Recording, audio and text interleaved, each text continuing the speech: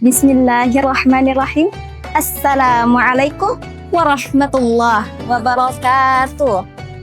Alhamdulillah, alhamdulillahi rabbil alamin. Wassalatu wassalamu ala sayyidina Muhammadin wa ala alihi wa ashabihi ajma'in, amma ba'du. Alhamdulillah, segala puji bagi Allah, Tuhan yang telah memberikan kita kesehatan, kesempatan, serta umur yang panjang sehingga kita kembali dipertemukan oleh bulan suci Ramadan. Sholawat serta salam tak lupa kita kirimkan kepada junjungan kita, yakni Nabiullah Muhammad Sallallahu Alaihi Wasallam. Nabi sebagai suri tauladan terbaik sepanjang zaman, beserta keluarga, sahabat, dan para pengikutnya hingga hari kiamat. Ma'asyiral muslimin rahimakumullah. Ramadan adalah bulan yang selalu kita nanti-nantikan. Bulan yang dimana masjid menjadi lebih hidup, Al-Quran lebih sering dibaca, dan hati seharusnya menjadi lebih lembut. Kan tetapi, di balik semua itu, ada satu perkara besar yang sering kita lupakan. Padahal, justru bulan Ramadan adalah waktu terbaik untuk merenungkannya.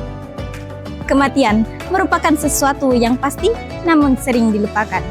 Merupakan suatu perkara yang tidak pernah menunda, namun sering kita tunda untuk mengingatnya. Dan merupakan sesuatu yang sangat dekat dengan kita, namun sering kita lupakan. Padahal, kita melihat kematian hampir setiap hari, berita di lingkungan sekitar, bahkan di keluarga sendiri.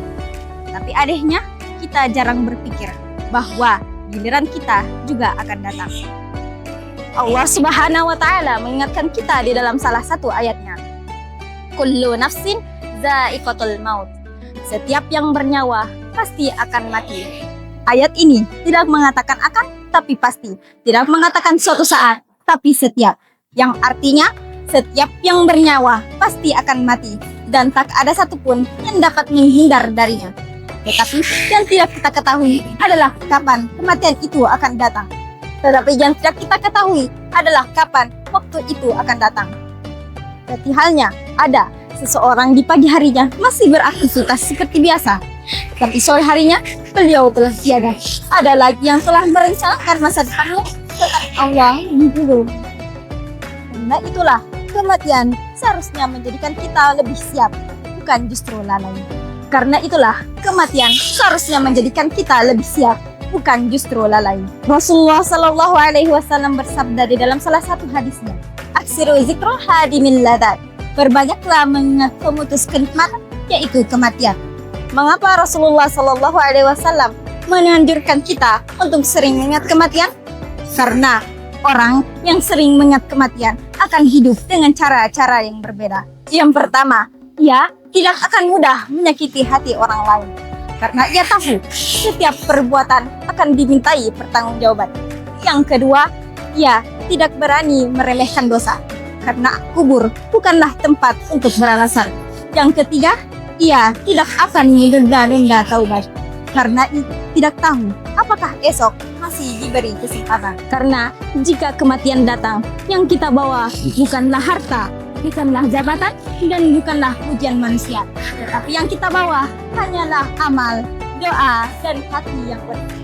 Maka dari itulah, Ramadan adalah waktu terbaik untuk meminta maaf kepada orang yang pernah kita sakiti, memaafkan orang yang pernah menyakiti kita, dan membersihkan hati dari dendam dan iri. Ma'asyiral muslimin rahimakumullah. Maka dari itulah, mari kita manfaatkan Ramadan ini sebagai waktu benar-benar hadir di hadapan Allah. Bukan hadir hanya secara fisik, namun hadir dengan hati yang sadar bahwa kehidupan ini hanya sementara. Mengingat kematian bukan untuk membuat kita berputus asa, namun agar kita lebih ikhlas dalam ibadah, lebih lembut dalam akhlak, dan lebih siap ketika dipanggil oleh Allah. Semoga Ramadan ini menjadikan Ramadan terbaik di dalam hidup kita. Dan apabila Ramadan ini Ramadan terakhir kita, semoga Allah menutup hidup kita dengan keadaan husnul khatimah. Sebelum saya akhiri, marilah kita berdoa. Allahumma ihdina li ahsanil a'mal, Allahumma husnul khatimah, Allahumma ja'alna kuburana raudatana min riyadil jannah. Ya Allah, matikanlah kami dengan mati yang terbaik, dan kuburkanlah kami taman dari taman-taman surgamu. Sekian yang bisa saya sampaikan, kurang dan lebihnya mohon dimaafkan. Billahi taufiq wal hidayah. Wassalamualaikum warahmatullahi wabarakatuh.